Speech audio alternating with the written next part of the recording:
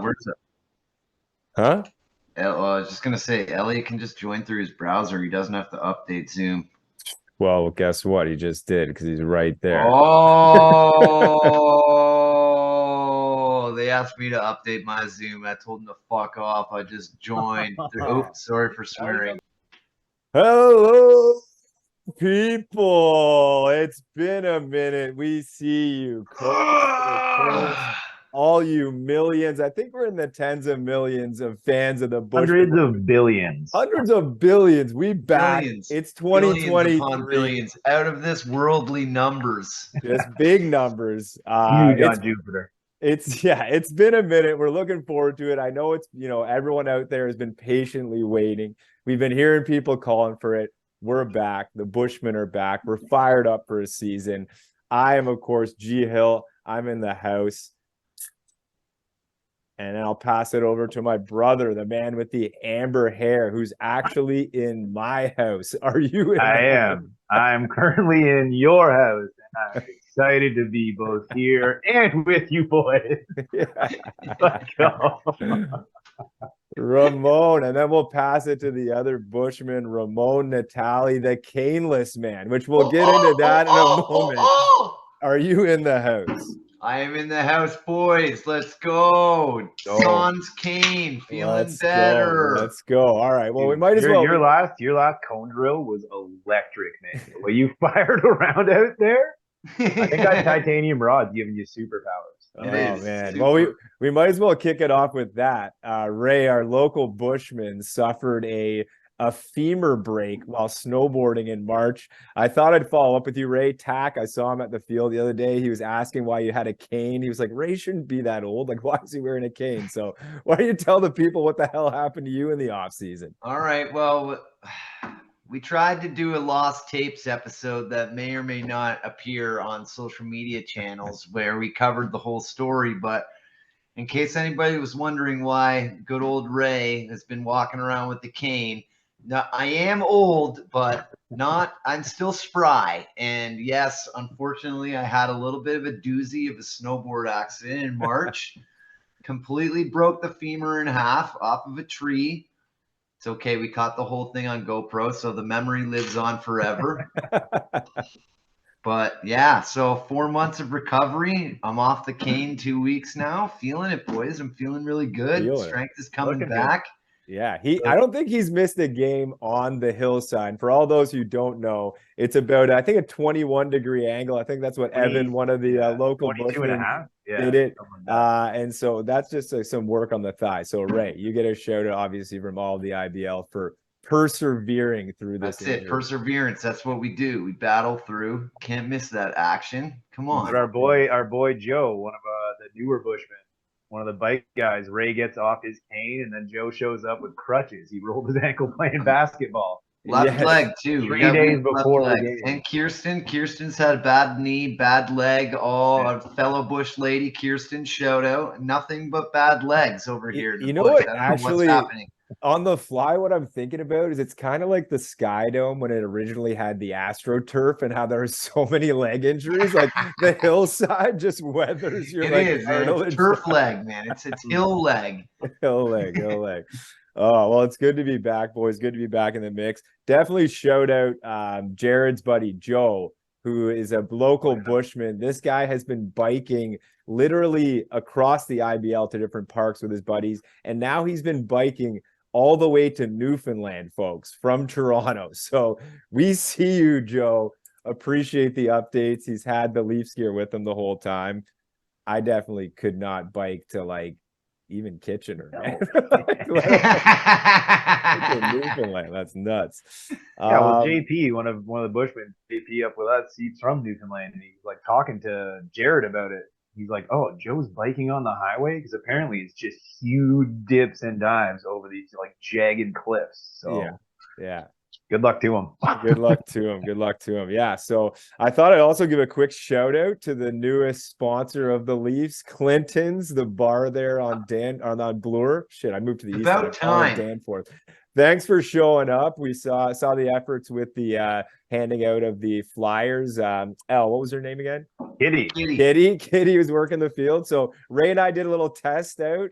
They got $9 pound of wings pregame and $5 pints. So if you're down at Christy Pitts early, pop on over there. I definitely recommend it. Yeah, we love it. For sure. So boys, Bushbanter, let's kick it off. I think, obviously there's a lot to get into here, but the first thing's obviously the elephant in the room, which everyone's heard about. So today is August 1st, 2023, folks. But a few days ago, basically the entire world was notified that our beloved Toronto Maple Leafs, formerly owned by Jack Domenico, RIP, his estate is putting it up for sale.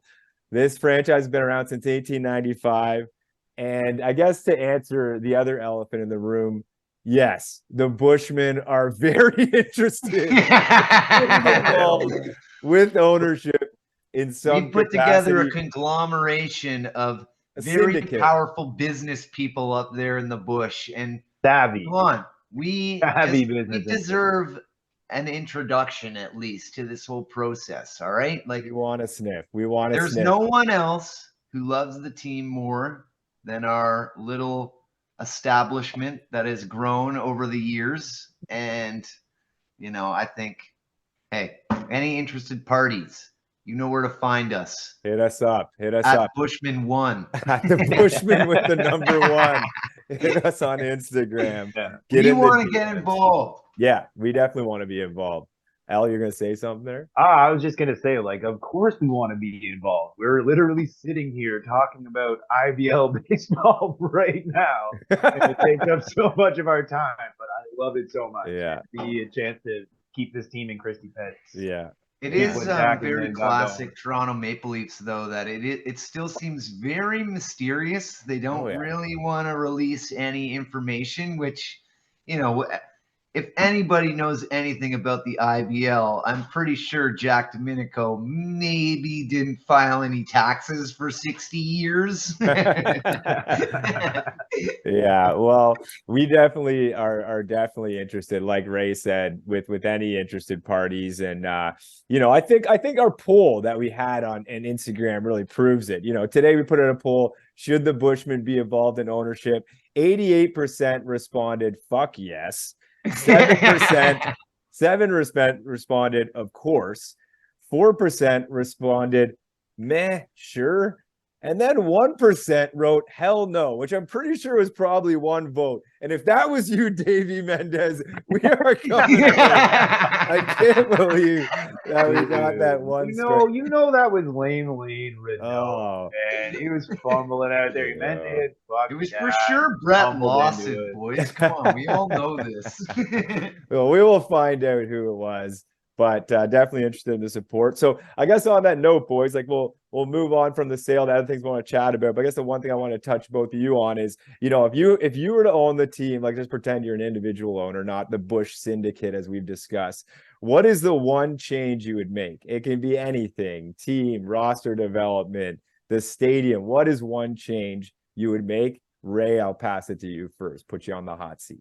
One change I would make is, for the love of God, get a special alcohol permit. 1 day, 4 games. We sell a little bit of booze. We get a couple of high school kids to clean up the carnage after the games. There will be no cup left behind. Let's get this party started. Christy Pitts was just named as one of the parks in the city of Toronto that is now allowing alcohol consumption.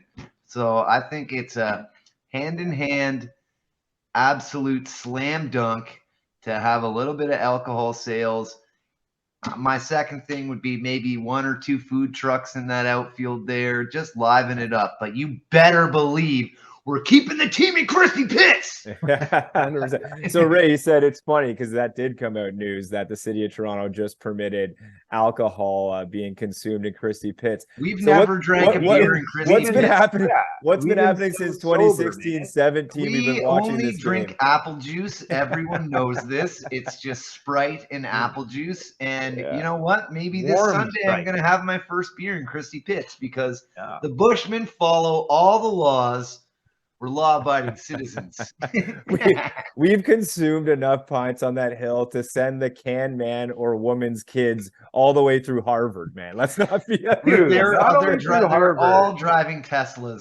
Yeah. Every single one Dude, of the them. can man's got a huge home out in Oakville. Oh, yeah. We're just Yeah, it's multiple car garage. There's Yeah. there's a mezzanine. There's for Yeah. sure a A mezzanine. couple mezzanine. L, what would be your one change? Ray took two. He just kind of yeah. he might have stole some of your thunder. I did. but Sorry, boys. I was excited. He was Seeing as, excited. seeing as Ray went for fan enjoyment, I think I'm gonna focus on like player enjoyment. The first thing I would do is put some of that yellow stuff over the top of the fence in the outfield. I am sick and tired of seeing guys jump up and get their arm caught on one of those jagged metal points at the top of the fence. That needs to stop. The best is L. $100 worth of yellow plastic. You know what? You could even go cheap. You could get a couple pool noodles and just slap them up there. You know, that's just duct tape, like something. Yeah, Elliott's the best part about Elliott's is it's very fiscally responsible for an owner with like short margins. It's like, listen, we can spend $47 and we can cure this entire rail. Like I'll order it direct from China. How many times have you seen a guy go back to the wall and he's about to jump to catch it, and then he stops before he jumps and like looks at the jagged metal and he's like, that might be a home run, that might bounce off the fence. Yeah. I'm not cutting myself to find out. Yeah. Yeah, that's the veteran play too. Like that's the guys who have played at the pits enough. Like when guys, it's their first year, you just see them go up, arm over, there's come back. Trainer immediately comes out, hanging on the fence. Oh God. Yeah. All right. Oh yeah. Second note, if it's a Rays allowed to have two. You're getting the second thing. I mandate tetanus shots for all the boys if we can't run that off the hop. Tetanus shots across the board. And the third is a waiver. Yeah, no liability on our. Oh man, how about you, that's Mr. awesome. Garrett? You have anything in the tank there? Jeez, well, I don't want to show all our cards, given we're trying to submit a proposal as part owners of the team. But I did like those things that you guys were mentioning. Obviously, there's tons of stuff you can do from revenue standpoint, and but I do like what Elle said as it relates to just like simple, cheap fixes.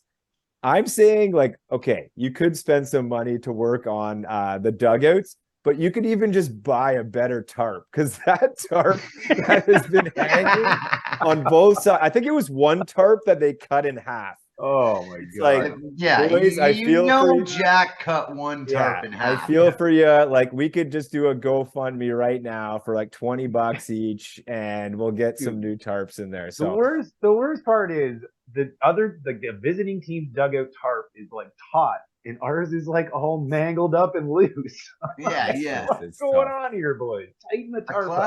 Classic Jack move too is like it was probably like a 2-ply tarp that he somehow like split like midway toilet paper and like just put like one half on one side, like one crappy thin half on the leave side. You guys wanted shade. I got you shade, all right? Yeah.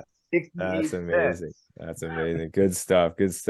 All right. Well, plenty of things to discuss. Like I said, we have a few ideas that we'll, keep on the low as it relates to getting involved with the team right now. New tarp, pool noodles. This is what it takes, boys. But yeah, let's get it. Let's get into the league though, boys. Like, that we're already, halfway, more than halfway through the season. There's only about 11 games left.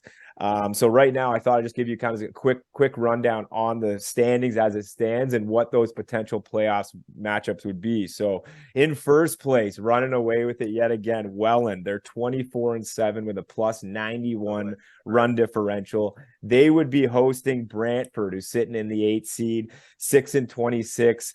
with I don't even want to mention the run differential minus 185. But yeah, they've been playing better though. They've been playing better of late. We got six wins. 6 wins is massive. We got respect for Brantford. In the second matchup, it would be Barrie, who's currently sitting in the 2-hole. They're 21-10 with a plus 52. They would be hosting London. Shocker. Down to 7th in the league. They're 10-19 with a minus 20 run differential. I'll quickly rip through them and then I'll have you guys comment.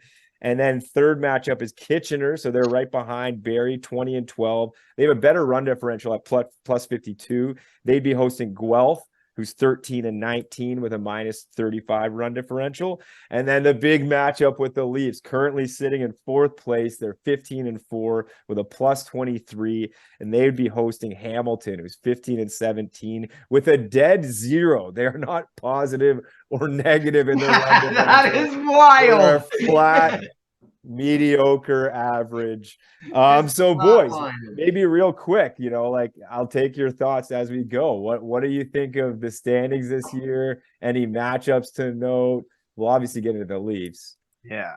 I mean, like, to start off, like, Welland's running a very similar program to what they ran last year, which is just get on base and steal like crazy. I think their guy that's most steals, Morello, with 15, but there's a bunch of dudes on the team that have like 10. Yeah. Like they're get on base and run. So it puts a lot of pressure on people, but come playoff time, Justin Mara's cannon from behind the dish. Good luck. Oh, yeah. We know what happened to that house of cards last year in the playoffs.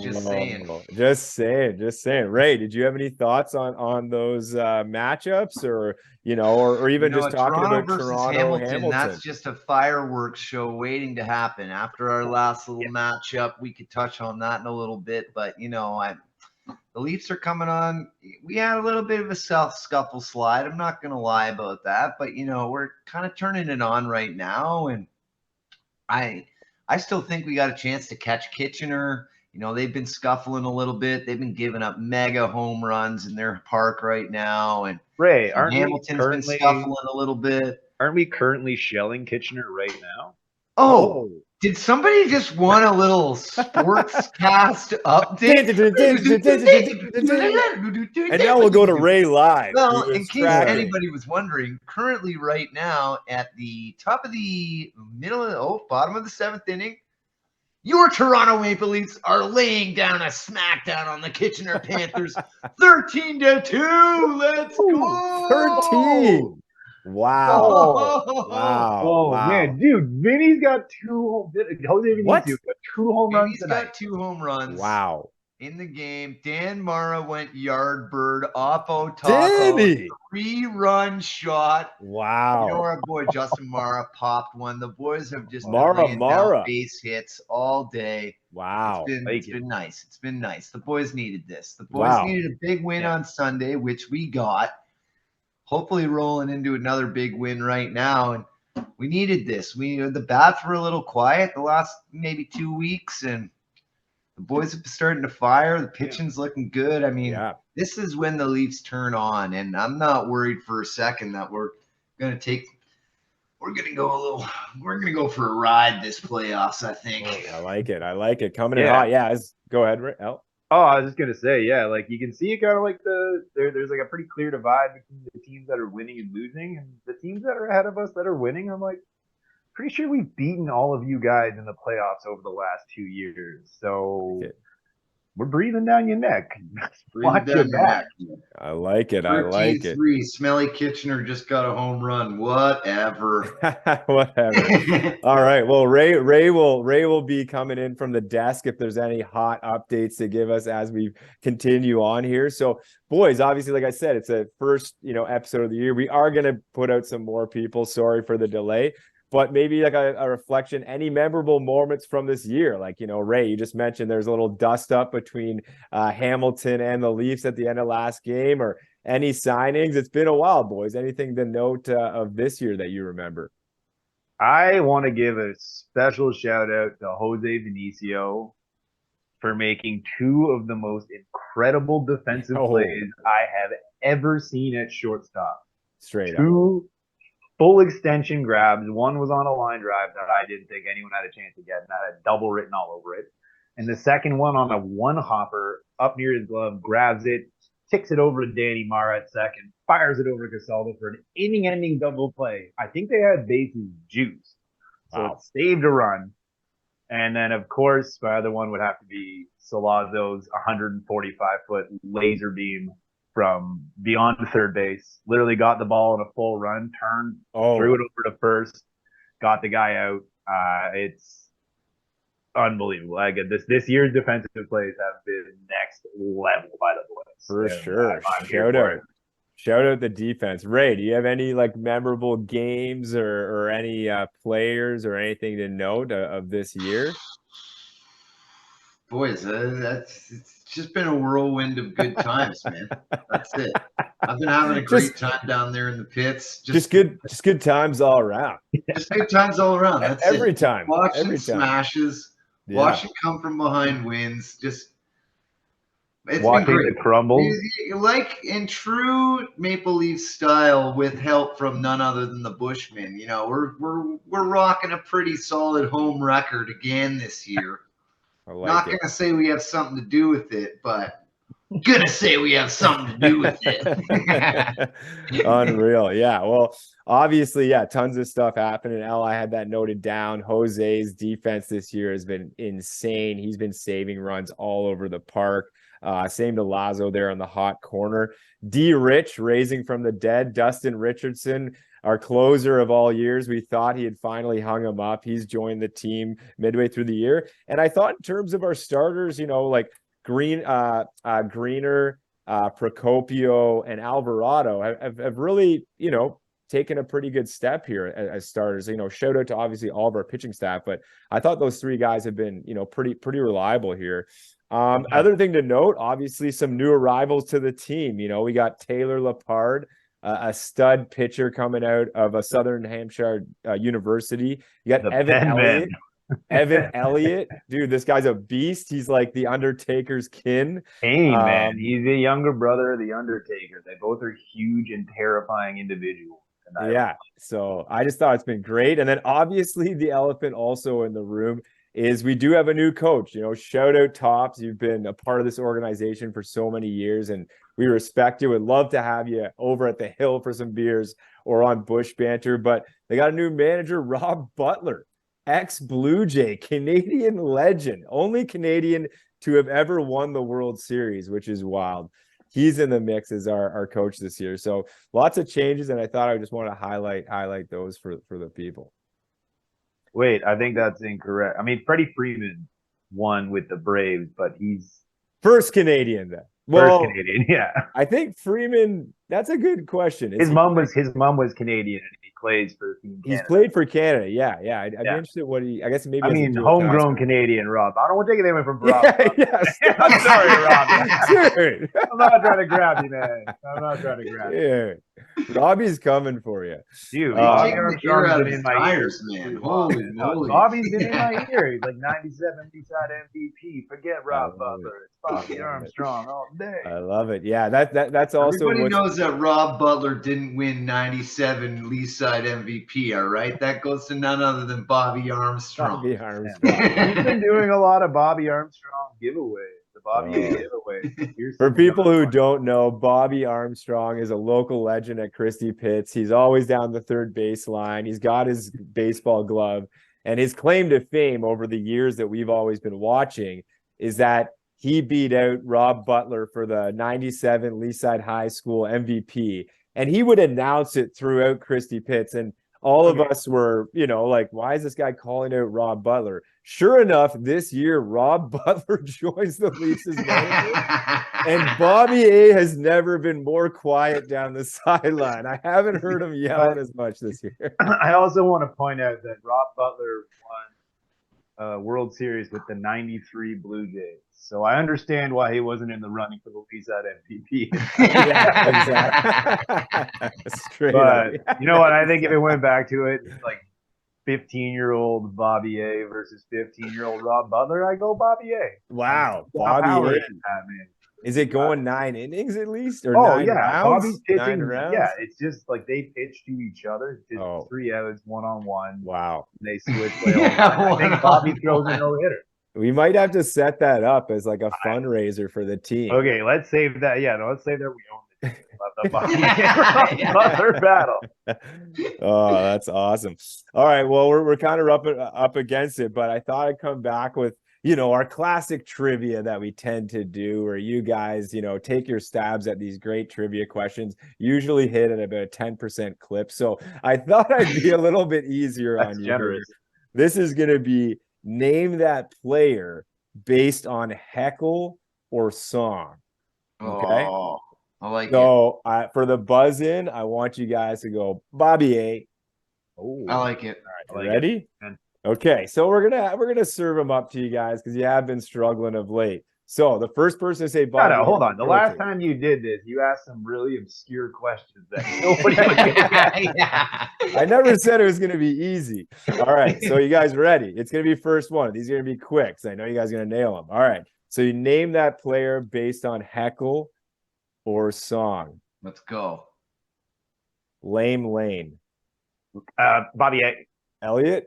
That would be Lane Renault. Lane Renault is correct. The man who has so many E's in Lane. Every game he adds a couple extra E's to fucking Lane. Oh, Lane, we always go at you. You're a pretty good sport, but I think it does hurt you at time at third base when we are relentless. So yes, that is correct. Lame Lane would be Lane Renault, the third baseman from Hamilton. Question 2. Spoon. Oh, Bobby A. Right. None other than one of our, I'm not even gonna lie, he's a thorn in our side and a real tough nut to crack. But the Spoon Man is none other than Mr. Ladle himself, Owen Boone. Oh, ding, ding, ding. That is correct. Owen Boone, the starting pitcher from London. Yes, the Spoon. Boone the Spoon. He's been part of our nightmares for years. We'll get you, Owen. Okay, number 3. This is a new one this year. Jan of Green Fables. Bobby A. Yeah, hell yeah. Oh, I want to say it's Nathan Fabian. Ray, can you steal? It's definitely Fabian. I don't know what his first name is. Oh, okay. So right? It's Matthew Fabian of the Brantford Red Sox. Jan of Green Fables. Oh, wow. Man, she got run out of PEI. You know how hard it is to get run out of PEI? So how that heckle form, people, is obviously when you're up in the bush, you're just trying to think of things to yell at guys, obviously without swearing. And, we had Fabian, so people started yelling Fables, and then someone yelled Anne of Green Ables, and then Anne of Green Fables, and then someone came up with, well, no, it's obviously like the knockoff, like cousin Jan of Green Fables. So that is how Matthew Fabian became Jan of Green Fables. The writer's room up there. It's a writer's room. All right. He's actually like rushing it this year. Yes. All right, boys. Question 4. We got to move it along here. So it's currently 1-1 with 1 draw. Number 4. This one's not as like specific heckle. It's one of many heckles to this person, but it should help you get the person. So the heckle is, you're a down ballot candidate. Oh, the Bobby A. Bobby A. Hell yeah. That's none other than our boy, third place finisher in Ward 3 Barry, Ryan Rio, with 427 votes. Yes. So Ward 3 all day, Ward 3. That is correct. He's actually crushing it this year. He's got like home runs and 38 RBI. Yeah. Come on. He should lose more elections. This is his best season ever. It's amazing. Yeah, so that's correct. So Elliot is right. Ryan Rio. Sniff of that public service, and then all of a sudden just crushing. Yeah, that's his platform for his next run. He's like, I carried your Barry team into the playoffs with my hot swing. Vote Rio. Exactly. Yeah. So that's Ryan Rio of Barry, who was in election in Elliot, as Elliot mentioned, Ward 3. Unfortunately, didn't get it, but we respect his public service, and we'll still heckle you about it. You're a good sport. Okay, the final one. Elliot's up 2-1. This will either be a push or a complete walk away. This one's going to be song, and the song is Where the Party At by Jagged Edge. Oh, that's Bobby A. Elliot. It's Justin Mara. Justin Oh, Mara. Yeah, G Mara. We hear your Jagged Edge tunes throughout the pits Love it. often. Respect it. We know you're coming up to bat. So Elliot runs away with it. Amazing. The first trivia of the Amazing. year. I could have had that last one. I let him take it for sure. 3-1. Yeah. Dude, I wanted to say for Boone, but I couldn't remember his first name. I'm like, I always call him Boone the Spoon. I know. I love Which it. honestly, it's tough when G puts you on the under pressure like that. Hey, you got to be ready, boys. We put know, everyone we else do. under pressure when we're at the pits. You gotta give and take, boys. You gotta I give and know. take.